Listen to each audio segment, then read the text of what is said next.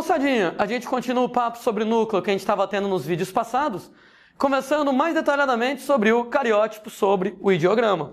O termo cariótipo eu já tinha descrito, corresponde lá ao conjunto total de cromossomos de alguém. Eu posso falar no indivíduo, eu posso falar numa espécie.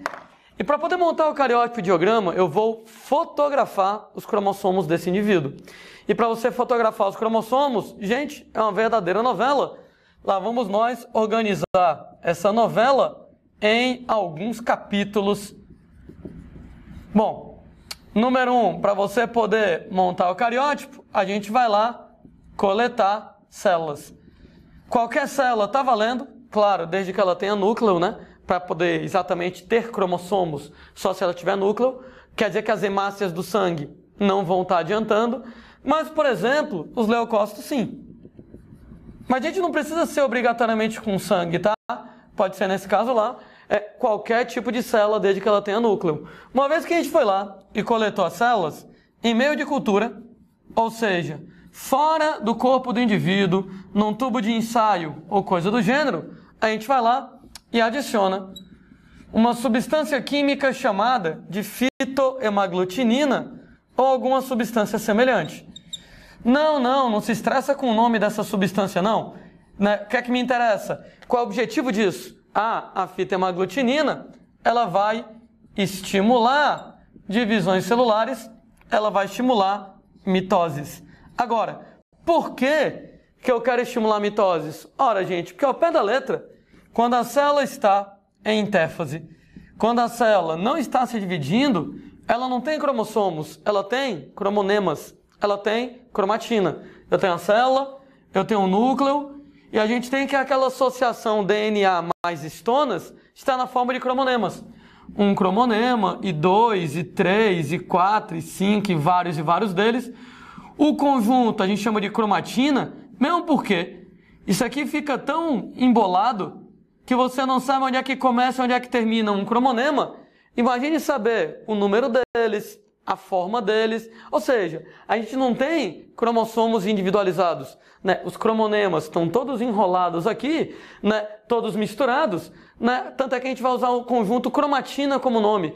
Não dá para você analisar individualmente um cromonema, saber forma, tamanho, quantidade, não tem como fazer isso. Entretanto, quando a gente está lá na fase de divisão celular, a célula, a gente começa a ter, moçada, a condensação da cromatina.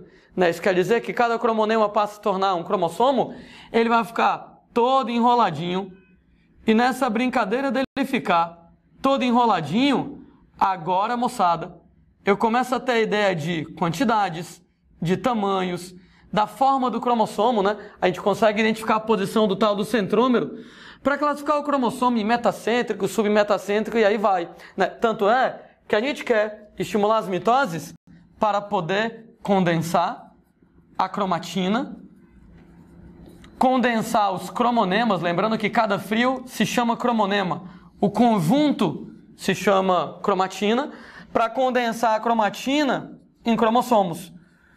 Outra maneira que a gente poderia utilizar para descrever isso aqui, condensar a cromatina. Eu não sei quantos são, formatos, quantidades e etc e tal. Quando a gente vai lá e transforma em cromossomo, eu individualizo. Aqui eu não sei onde é que começa um, termina um. Imagine todos eles. Aqueles estão individualizados, eu consigo contar, né? Eu consigo saber quantos são, formatos, tamanhos e etc e tal. Então, condensar a cromatina em cromossomos quer dizer individualizar os cromossomos nesse caso. Então agora a gente vai estar sabendo exatamente cada cromossomo, onde é que começa, onde é que termina. Qual é o problema dessa brincadeira? É que a mitose ela é relativamente rápida, né? E os cromossomos só estão bem condensados. Os cromossomos só estão bem lá, espiralizados, bem visíveis, numa fase em particular da mitose, chamada metáfase, né? Não falei sobre mitose em detalhe ainda, mas tem prófase, metáfase, anáfase e telófase. E é na metáfase que os cromossomos estão em máxima condensação, que eles estão mais individualizados e fica mais fácil de distinguir cada um dos cromossomos. E aí, moçada, a gente vai lá então para continuar a brincadeira, adiciona uma outra substância chamada de colchicina, ou substâncias semelhantes. Aquela primeira substância, eu até esqueci o nome dela, não me interessa, né? Não tenho que, nesse caso, me preocupar com isso aqui. Agora, colchicina, gente, é um clássico dos vestibulares. É bom que você já tenha ouvido falar nessa jovem. A colchicina, ela vai exatamente interromper a mitose, ela inibe a mitose, exatamente na fase de metáfase, que eu acabei de comentar, que é a fase da mitose, onde nós vamos ter os cromossomos em máximo grau de condensação, os cromossomos em melhor visualização. Ou seja, eu mato 2 coelhos com a cajadada só. Eu vou lá, tanto interrompo a divisão celular na metáfase, para deixar os cromossomos em máxima condensação, como agora que está interrompido, indefinidamente, eu não tenho pressa nenhuma. Com calma, eu vou lá, acoplo uma máquina fotográfica ao microscópio. Claro que alguns microscópios mais modernos, né? Já vem com a possibilidade de você tirar fotografias, né?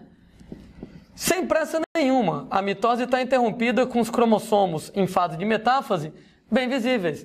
E a gente agora, moçada, vai lá, fotografa os cromossomos, manda eles sorrirem, né, e tal. Fotografa lá os cromossomos.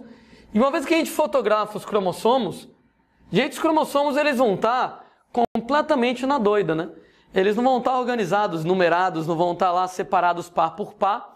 E aí, última etapa da brincadeira, a gente organiza os cromossomos em pares. Notem que eles não estão pareados, então eu vou ter que procurar o par de cada cromossomo. E, gente, no último momento, a gente vai lá e numera, ordena os cromossomos.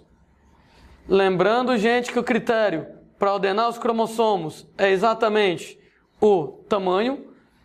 Você vai numerar os cromossomos do maior para o menor. Inclusive, né, o truque que a gente usa, tanto para poder facilitar o reconhecimento dos pares de cromossomos, como para você poder facilitar a numeração, é você pega os cromossomos fotografados, corta as fotografias deles, coloca num fio e aí posiciona o centrômero em cima do fio.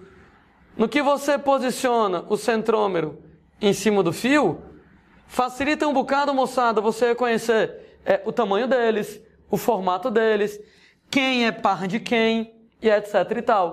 Uma vez que a gente vai lá, faz isso, né, reconheceu, fulano é par de cicrano, Beltrano é par de não sei quem, né? E aí você, uma vez que separou, organizou os pares, ordena os cromossomos do maior para o menor. Primeiro par de cromossomos, o maior deles, e a gente tem que vai diminuindo. O segundo par, o terceiro, o 21º, 22º, 23º par, no caso da espécie humana, 23 pares de cromossomos é o que a gente vai ter, né? Existe um truque, moçada, ainda, para facilitar o reconhecimento dos cromossomos. É uma técnica chamada de bandeamento. Talvez alguém já tenha feito uma questão de vestibular, já tenha visto em alguma questão de vestibular, os cromossomos organizados no cariótipo com os tracinhos, né? No bandeamento, a gente vai lá, usa determinadas enzimas para digerir determinadas sequências de DNA, sequências específicas de DNA. No que você vai lá e digere essas sequências específicas de DNA, cada cromossomo tem uma sequência de DNA diferente da outra. Isso quer dizer que era uma vez um determinado cromossomo, era uma vez outro determinado cromossomo. Eu sei, meus cromossomos ficaram bem feios agora no esquema. Mas o fato é que quando você usa essas enzimas para digerir essas sequências específicas de DNA, isso vai gerar, moçada, padrões de traços em relação aos cromossomos. Por quê? Imaginem que essa enzima digere uma sequência fulano. Essa sequência ela está aqui nesse cromossomo, e aqui, e aqui, e aqui, e em determinadas áreas. Então o cromossomo fica todo tracejado. Em outros cromossomos, a sequência que é digerida está em outro lugar. Você usa a mesma enzima que digere a mesma sequência, né? A sequência aqui está nessa posição 1, 2, 3, 4, 5, 6, 7. No outro cromossomo, essa mesma sequência digerida estará em outras posições, na posição 1, 2 e 3. O que quer dizer que cada cromossomo ele assume um padrão de traços diferentes. E claro, quem trabalha com isso já está acostumado. Por exemplo, lá, o cromossomo 1, o padrão de bandeamentos, ele vai ficar com, sei lá, 7 bandas. O cromossomo 2 vai ficar com 3 bandas.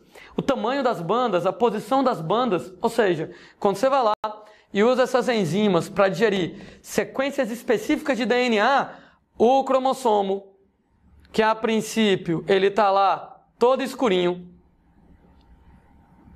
a gente vai lá e digere alguns pedaços, ele vai ficando todo listradinho, todo tracejadozinho, né? Nesse caso lá, bandas nesse termo. Essas enzimas para digerir sequências específicas de DNA acaba gerando um padrão de bandas específico para cada cromossomo. Um padrão de traços, nesse caso lá, de bandas, que é específico para cada cromossomo do seu cariótipo, e o resultado, gente, nessa situação, é que você facilita o reconhecimento de quem é o cromossomo. Então, o cromossomo 1 tem tantas bandas, o cromossomo 2 tem tantas bandas. Então, esses pedacinhos aqui, branquinhos, que eu desenhei, são exatamente os pedaços onde o cromossomo ele foi digerido.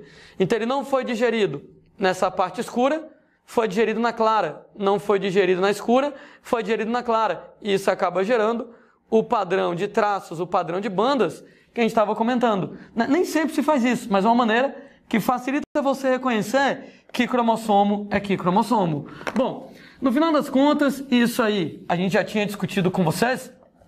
A gente vai ter que os cromossomos de número 1 a número 22 são chamados de cromossomos somáticos ou autossomos.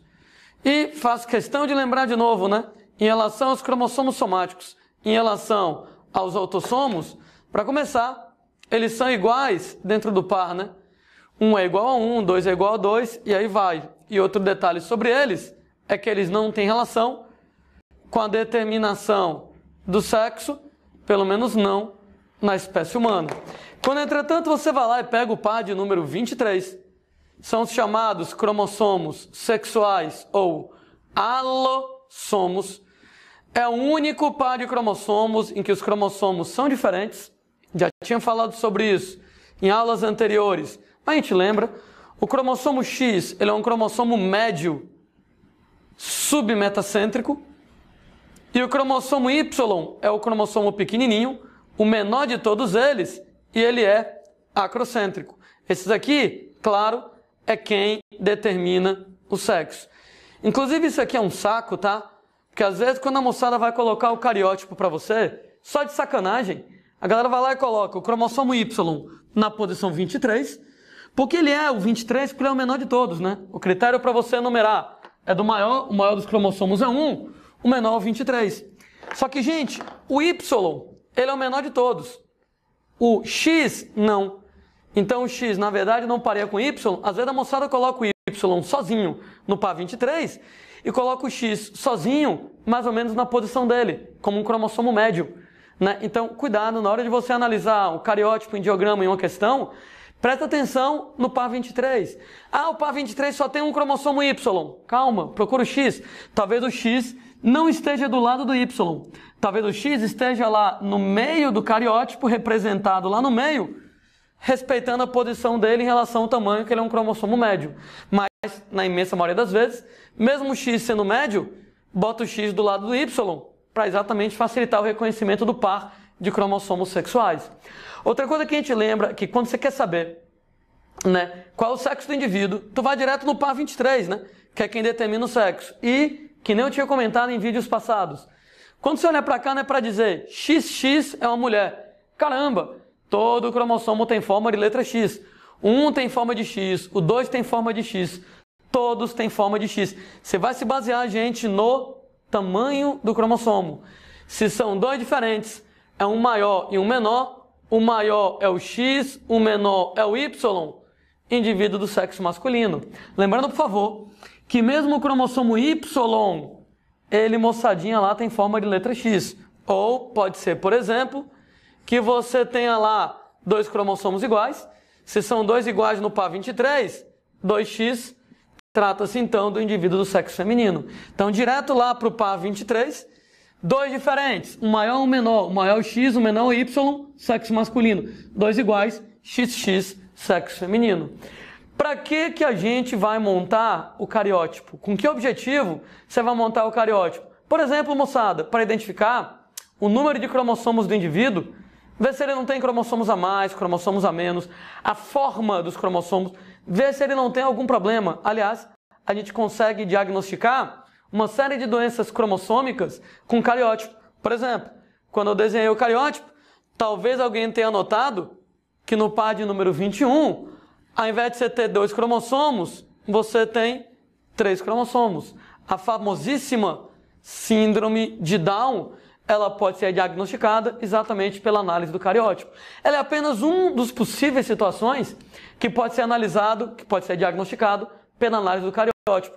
Então a gente conversar sobre várias doenças, várias condições cromossômicas que elas podem ser analisadas através do cariótipo, da montagem do cariótipo de alguém.